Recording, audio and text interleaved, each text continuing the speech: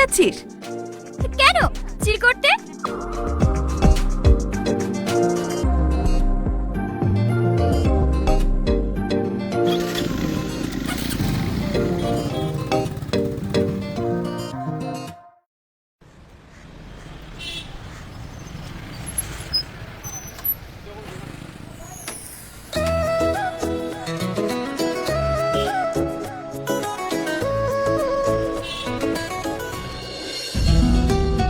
আচ্ছা, তুমি আমাকে কতটা ভালোবাসো? যতটা ভালোবাসা দরকার তার চেয়েও 1000 গুণ বেশি। আমার চুলগুলো কালার করলে কেমন লাগবে আমাকে? খুব সুন্দর লাগবে। আর এটাই তো এখন ট্রেন্ড। সর সর ম্যাডাম, আবার ভুলে গেছি। আপনার মোবাইলটা দেন, আমি এক্ষুনি সেরে এনে দিচ্ছি। ভুল হয়ে গেছে। তোর গোটা মাসের মাইনে দিলেও না এই ফোনের ডিসপ্লে টাকাও হবে না। তোদের মতো ছোট লোক দিয়ে যে কেন এই রেস্টুরেন্টে রাখে সেটাই বুঝতে পারি না। চলো শাহিন।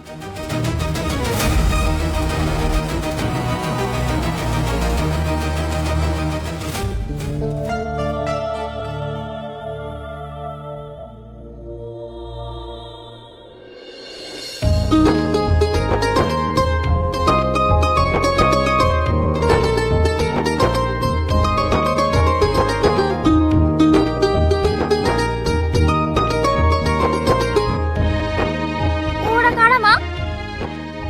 তোর আব্বুর বন্ধু ছেলে, তোকে বিয়ের জন্য দেখতে এসেছে।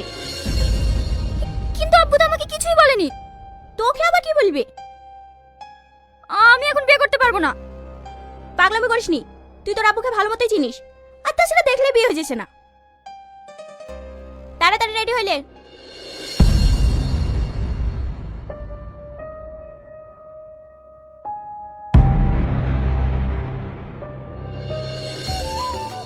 তোমাদের মাদ্রাসা এখন কেমন চলছে বাপ? জি আলহামদুলিল্লাহ, আল্লাহর রহমতে বেশ ভালোই চলছে। সত্যি ভাই, এমন ভালো ছেলে পাওয়া এই যুগে সত্যিই খুব কঠিন। মাদ্রাসার এতিম বাচ্চাদের বিনামূল্যে যেভাবে পড়াচ্ছে, রোহনকে যতই দেখি ততই অবাক হয়ে যায়।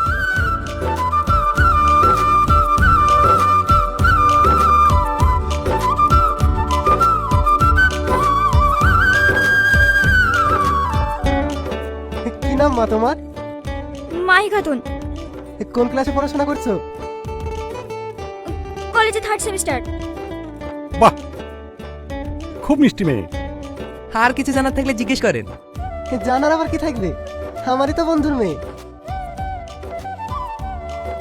যাও মা, ঘরে যাও।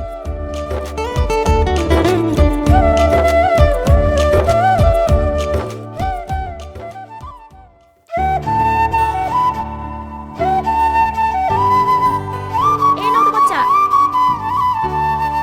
মাহি কোথায়? ওকে দেখতে পাসিনি। ঘরে মন খারাপ করে বসে আছে।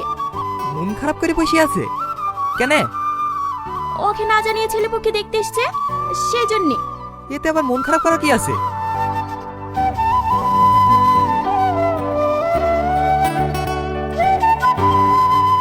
কি হয়েছে তোমার?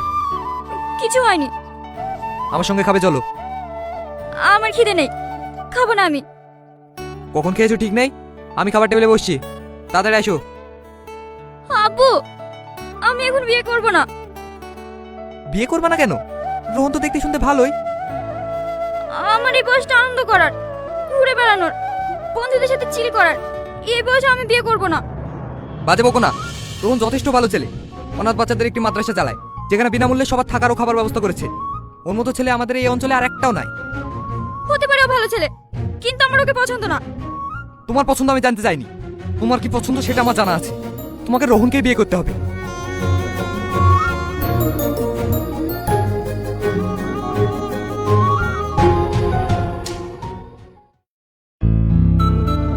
What happened baby? মন খারাপ মনে হচ্ছে? তেমন কিছু না। তাহলে মন খারাপ করে বসে আছো কেন? আব্বু আমার জোর করে বিয়ে ঠিক করেছে। আমি এখন বিয়ে করতে চাই না। হাসছো কেন? সরি বাবু, রাগ করো না প্লিজ। ভাই দেবে ছেলেটি কেমন? আস্তে একটা বলবি, মুখে বড় বড় দাড়ি, মাথা সবসময় টুপি পরে থাকে। সিরিয়াসলি? তুমি বিয়েটা করে ফেলো। কি? আমি ওকে বিয়ে করব? তোমার মাথা ঠিক আছে তো? সব শুনে যেটা বুঝলাম, তোমার আব্বু যেখানেই হোক তোমার বিয়ে দেবেই। আমার মনে হয় এই ছেলেটা অনেক ব্যাকডেটেড। একে বিয়ে করলে তুমি নিজের ইচ্ছে মতো যখন তখন আমার সঙ্গে দেখা করতে পারবে, নিজের ইচ্ছে মতো যে কোনো জায়গায় ঘুরতে যেতে পারবে। Life is chill baby. তাই বলে আমি বিয়ে করব? দেখো, আমি চাই তুমি লাইফটা এনজয় করো, তাই আমি বলছি, বাকিটা তোমার ব্যাপার। কি রে শাহিন, তোরা কখন আসলি? এই তো একটু আগে। বস।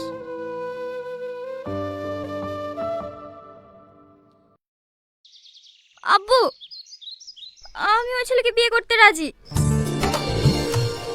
সত্যি মা? হ্যাঁ আব্বু, তোমরা বিয়ের ব্যবস্থা করো।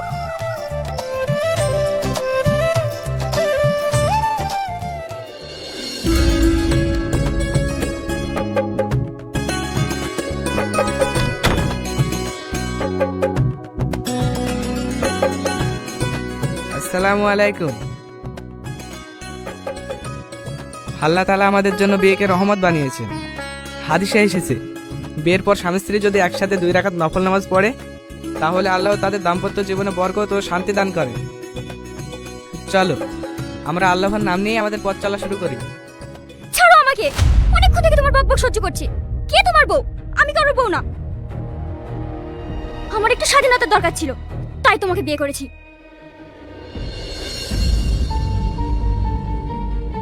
ছোট থেকে আমার একা ঘুমানো অভ্যেস, এই বিছানাতেও আমি একা ঘুমাবো।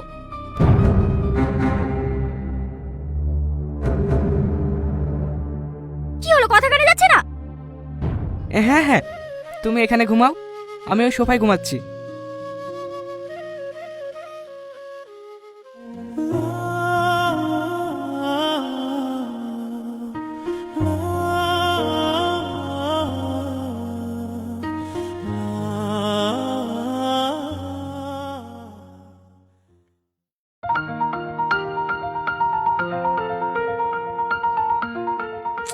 কি হচ্ছে এত রাতে? এখন আর রাত্রি নেই তো, ফজরের আজান দিচ্ছে। আমি মসজিদে যাচ্ছি নামাজ পড়তে, তুমিও উঠে নামাজ পড়ে নাও। ওহ প্লিজ, তোমার যা ইচ্ছা করো, আমায় কেন ডিস্টার্ব করছো? আল্লাহ বলেছে, উত্তম ব্যক্তি সেই যে নিজে নামাজ পড়ে ও অন্য ব্যক্তিকে নামাজ পড়ার দাওয়াত দেয়। ধুর, বিরক্ত করে মারবে।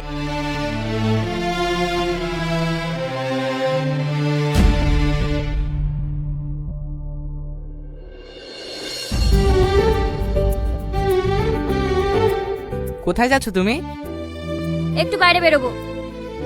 আজকে বাড়িতে অনেক মানুষজন আছে, সাথে মা আব্বুও আছে। আজকে 3টা বাইরে না গেলে হতো না? না হতো না, আমার ফ্রেন্ডসরা আমার জন্য অপেক্ষা করছে। দাঁড়াও মাহি, আবার কি হলো? তুমি যে পোশাকটা পরে বাইরে যাচ্ছ এটা ইসলামে পড়া নিষেধ আছে। হোয়াট? এখন আমি কি পরবো সেটা তুমি ডিসাইড করবে? আমি না, আল্লাহ রাসূল নিজে বলেছেন কোনো মেয়ে ছেলেদের মতো পোশাক পরতে পারবে না। ধুর, একটা ছেলেই জানে অন্য ছেলেরা মেয়েদের দেখে কি নজরে তাকায়। এই পোশাক পরে বাইরে যেও না। এত অত্যাচার আর ভালো লাগে না।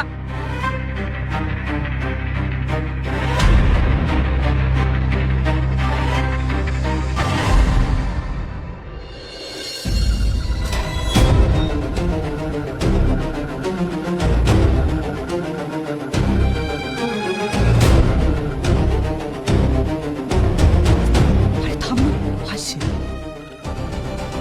গহনাগুলো সব নিয়ে এসছো তো? হ্যাঁ, সব নিয়ে এসেছি। দাও, আমাকে দাও। এখানে যা আছে সবই তো আমাদের, আমার কাছে থাক না। আরে দাও না। এ কি করছো শাহিন? ছাড়ো বলছি, ছাড়ো। এ কি করছো শাহিন? ছাড়ো বলছি।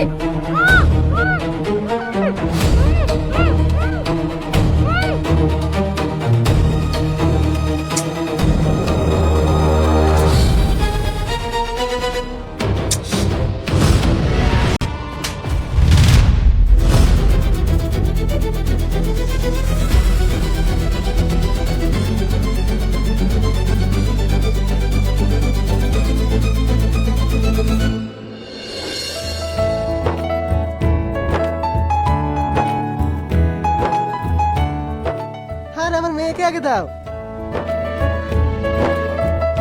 তুমি হলে এবারের একমাত্র বৌমা, আমার নিজের কোনো মেয়ে নেই, তাই তুমিই আমার মেয়ে।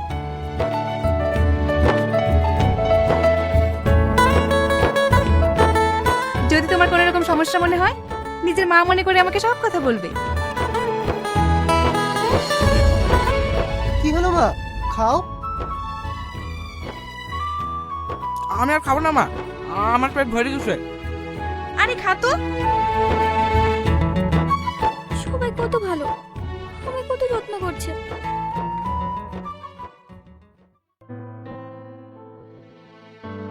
মাহি, তোমার জন্য কিছু জিনিস এনেছি। আমার জন্য কি জিনিস? এখানে একটা জায়নামাজ, একটা বোরখা, আর কিছু হাদিসের বই আছে।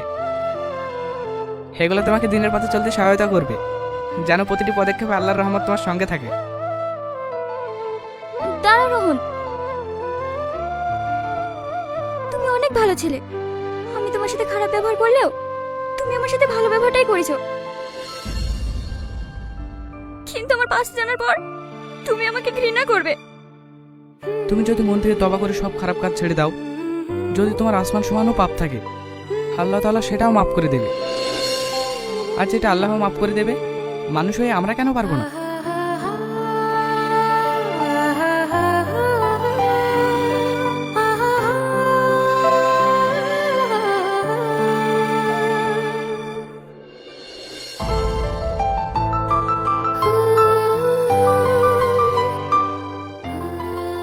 আমার কাছে লজ্জা আর কি আছে, আমি তোমাকে শিখিয়ে দিচ্ছি।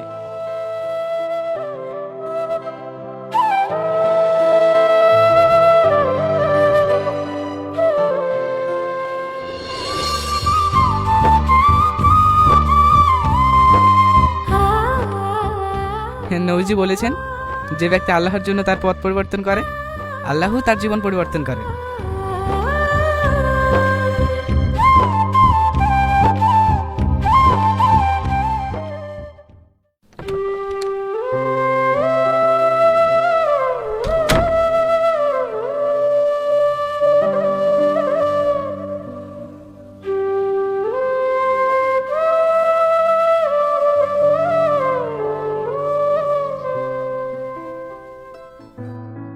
সত্যি মানুষ যে এত ভালো হতে পারে, তোমায় না দেখলে বুঝতামই না। আমি তোমায় কতই না কথা শুনিয়েছি, কিন্তু আজ আমি তোমার স্বামীর অধিকার দেব। আমার সমস্ত ভালোবাসা তোমায় দেব। ভাবি, মাদ্রাসা থেকে বাড়ি আসার সময় রোহন ভাই একটা লরিতে অ্যাক্সিডেন্ট করি।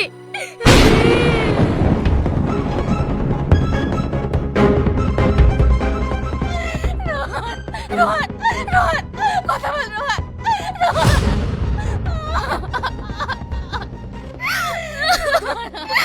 রোহন, একবার তাকাও না রোহন, কেন তোমার দেওয়া পয়সাটা আমি করেছি? একবার তাকাও না রোহন।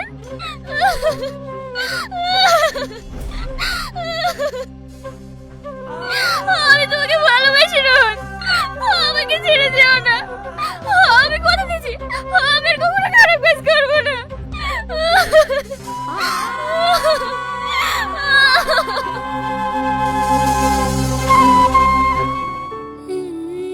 আমরা পৃথিবীতে কতদিন বেঁচে আছি জানি না। আল্লাহ যেদিন আমাদেরকে ডাকবে, সেদিন চলে যেতে হবে। কি হবে এত খারাপ কাজ করে? চল আমরা সবাই তওবা করে সমস্ত খারাপ কাজ থেকে সরে আসি। বাচ্চাটা কে? মাদ্রাসার একটি এতিম বাচ্চা, ওর আব্বু মা কেউ নেই, সবসময় আমার কাছে থাকে। একটু পরে মাগরিবের আজান দেবে, আমি বাড়ি যাই। সময় পেলে যাস আমার বাড়ি।